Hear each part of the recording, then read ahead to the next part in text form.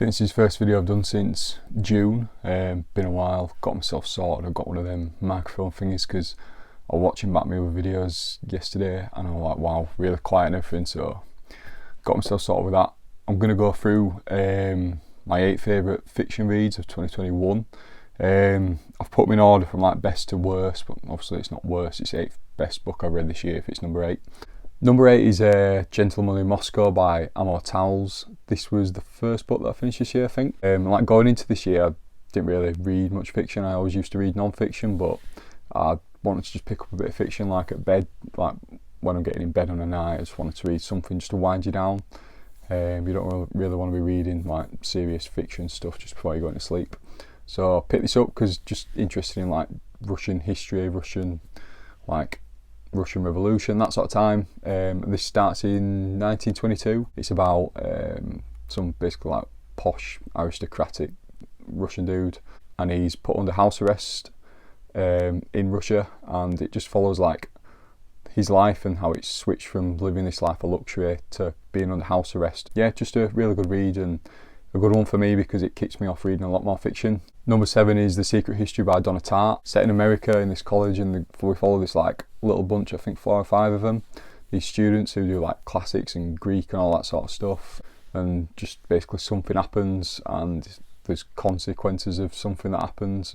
If you've seen or heard of Crime and Punishment by Dostoevsky, this is of like a similar theme. It's a good one to read around like autumn time. It's got like descriptions where there's like crunchy leaves on the ground and that sort of stuff, which is like when you're in bed and it's dark outside, it's nice like reading something that's similar to like what the weather's like outside.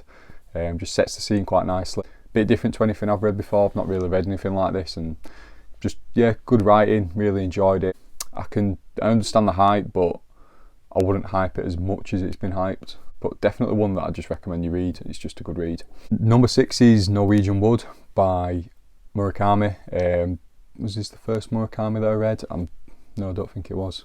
But I've seen this like everywhere. Like I think loads of people have read it. It's got really popular. I can understand why. Like the way it's written, when I was reading it, like just really clearly like pictured everything. And that to me is like one of the biggest like indicators that it's just generally good book. Nothing worse than like reading something and you get 1 or 2 pages in and you've forgotten what you've read. I like flew through the book. And it follows like I think the university age, a couple of characters, I've forgotten their names, it's been that while. Toru,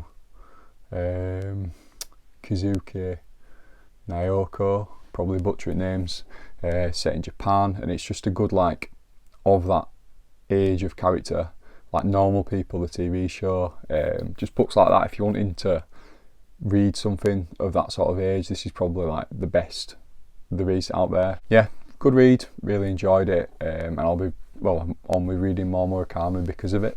5th, I've got Little Women by Louisa May Alcott. I haven't actually finished reading it yet. I've got like 50 pages left, about this family with 4 sisters, Jo, Meg, Beth and Amy.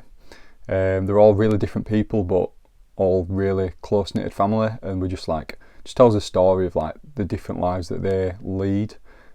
Just really interesting because you can, in each of the characters you'll probably find something that you can relate to about like people you know or what you're like. Just a really well written story and just quite an enjoyable read about how they interact and like the family theme, and yeah, really enjoyed it. Good one to read like around Christmas time because Christmas pops up a few times as it's telling the story of their lives. Yeah, just a really good read.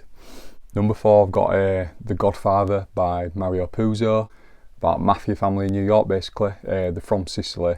I've seen the movie a few years before and I didn't know it was based on a book, but Puzo's got like a lot of books. I've got more of them now and I read another one after this. It's quite a chunky read, but I really got into it. I could clearly like picture everything that was going on.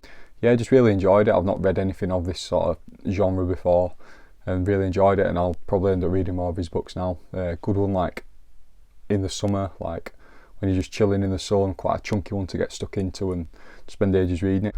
Number 3 is 100 Years of Solitude by Gabriel Garcia Marquez. It follows the Buendia family over like 150 years, set in Colombia. It's got this like, I think it's magical realism it's called, where it's like there's magic in the story, but it's written so it's like kind of believable. Like you don't batter an eyelid at the magic. Yeah, just a really enjoyable read. I got really into it. Read it in the summer. Just all the goings on and different people coming into Colombia, blah blah blah. Just yeah, really interesting read and a good one to read around summertime. Number 2 is Wuthering Heights by Emily Bronte. It tells the story of 2 characters mainly, Heathcliff and Cathy, and how like their lives sort of mixed together and all the people around them. Set in the Yorkshire moors, like not far from my house, which made it a bit more like when I'm reading it I can fully picture the place that it's set. Just really good writing. I think you can read it on like the surface level as just a romance, but then I think you can dig a bit deeper. You can dig quite deep with it, look at like the psychology of it and theory of like soulmates and the abuse that one of the characters has gone through as a kid, the upbringings both the kids have had, the different types of families. Just there's a lot of levels to it. I think you can really get into it, but you can also enjoy it by just reading it normally. And Emily Bronte, who wrote it, I don't think she was ever married, so like when you're bearing that in mind and you're reading it, you're like, this is pretty incredible how she's going to these depths of these characters and the love they have for each other and all the feelings and emotions that they go through, yet she's probably never been through that herself. Yeah, just really, really good writing, one that I'll definitely read again. Best fiction that I read this year is Picture of Dorian Gray by Oscar Wilde. I'd heard good things about this, seen a few people recommend it, picked it up, and it is quite a short one, so it sort of encourages you to fly through it when you see it's just classic but a short classic. It's about this guy Dorian, and basically he gets his picture painted and he looks really good on this picture, and I think it sort of like clicks with him that he doesn't want to see himself deteriorate, but it comes about that like he's going out and living his life a certain way, and the picture sort of shows like what he would look like in reflection of the life he's living, but he himself stays looking really young and beautiful. And it's about like how he ends up really valuing like how he looks and what people think of how he looks a lot more than like the way he acts and how he treats people. Yeah, just a really good story, and like another one that you can read on the surface is quite like just funny. There's a few characters in there with like quite some funny quotes, but then again you can dig deeper with it and look at the different levels of the book and the story. And like I've said it before, like I think it's quite good how nowadays with like Instagram and people really like almost being obsessed with how they look and how other people perceive them, like kind of similar themes to this story. So it rung like a lot of bells with me in that it's a really old book, but it's still sort of like says stuff that relates to today, which I thought was pretty cool. So yeah, I'll be giving that one a reread definitely, and that's the best one of 2021.